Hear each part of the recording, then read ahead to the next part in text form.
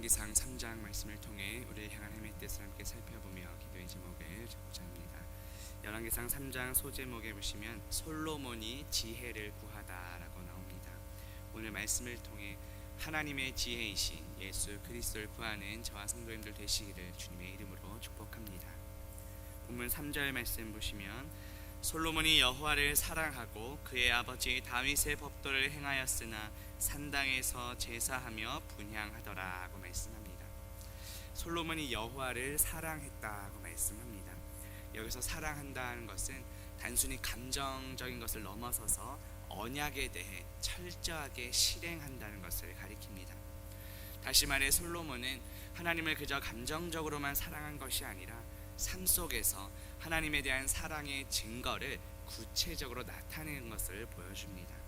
그래서 3절 후반부에 보시면 다윗의 법도를 행했다라고 되어 있습니다.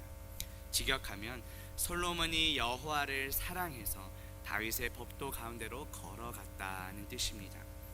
다윗의 법도는 곧 하나님의 말씀을 의미합니다. 하나님을 사랑한다는 것은 곧 하나님의 말씀에 순종함을 의미합니다. 우리는 하나님의 말씀에 순종함으로 하나님을 향한 사랑을 표현할 수 있습니다. 우리의 모습은 어떠한지 돌아봅시다. 우리의 삶의 모든 태도와 방향이 하나님의 말씀에 순종하고 있는지 돌아봅시다. 삶 속에서 하나님의 말씀에 순종함으로 하나님을 향한 사랑을 드러내는 저와 성도님들 되시기를 주님의 이름으로 축복합니다. 3절 후반부에 보시면 산당에서 제사하며 분향하더라고 말씀합니다. 2절 말씀에도 나온 것처럼 솔로몬 당시는 아직 성전이 건축되기 이전입니다. 그래서 불가피하게 산당에서 제사를 드렸다는 상황이 나오게 됩니다. 산당은 문자적으로는 높은 곳이라는 뜻입니다. 팔레스타인의 산당의 대부분이 하늘에 가까이 접근해서 자신이 예배하는 신과 가까워질 수 있다는 이 이교도의 풍습으로 인해 대부분 높은 곳에 위치해 있었습니다. 신명기 12장 5절에 보면 오직 너희의 하나님 여호와께서 자기의 이름을 두시려고 너희 모든 지파 중에서 택하신 곳인 그 계실 곳으로 찾아 나아가서라고 말씀합니다. 하나님께서는 이스라엘 백성들 약속의 땅 가나안으로 들어가게 하신 후에 택하신 예배 처소에서 하나님께 예배하도록 명령하셨습니다. 당시 가나안 사람들은 자신들의 관습에 따라 산당에서 종교적인 매춘을 행했습니다. 이스라엘 백성들이 산당에서 예배하게 되면 이방 종교와 혼합되는 타락에 빠질 위험이 있습니다. 하지만 솔로몬 당시에는 아직 성전이 건축되기 이전이기 때문에 하나님께서는 산당에서의 제사를 허용해 주신 것입니다. 그런데 솔로몬의 성전이 완공된 이후에도 산당 제사를 제거하지 못했습니다. 결국 솔로몬의 뒤를 이은 열왕기 시대에서 계속해서 이 산당의 제사가 남게 되었습니다. 그 결과 이스라엘 백성들은 산당에서 계속 제사를 드리다가 점차 우상 숭배의 길로 빠져들게 됩니다. 신약 시대에 와서 예수님께서는 자신의 육체를 가리켜 참 성전이라 말씀하셨습니다. 요한복음 2장 21절에 보면 예수는 성전된 자기 육체를 가리켜 말씀하신 것이라고 합니다. 그리고 사도 바울은 예수 그리스도를 믿는 우리 안에 그리스도의 영이신 성령님께서 계시기에 이제는 우리가 성전이라고 말씀합니다. 고린도전서 3장 16절에 보면 너희는 너희가 하나님의 성전인 것과 하나님의 성령이 너희 안에 계시는 것을 알지 못하느냐라고 말씀합니다. 참 성전이신 예수 그리스도께서 우리 안에 계시기에 이제는 우리가 성전입니다.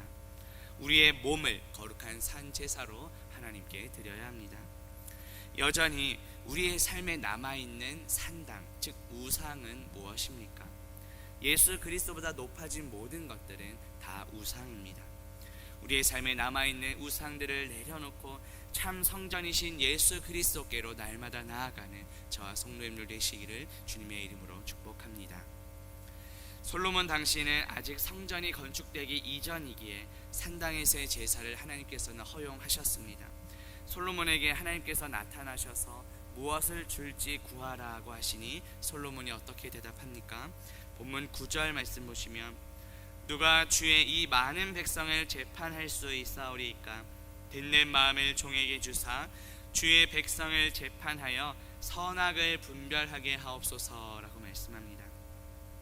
재판하다라는 단어는 다스리다라는 뜻도 있습니다.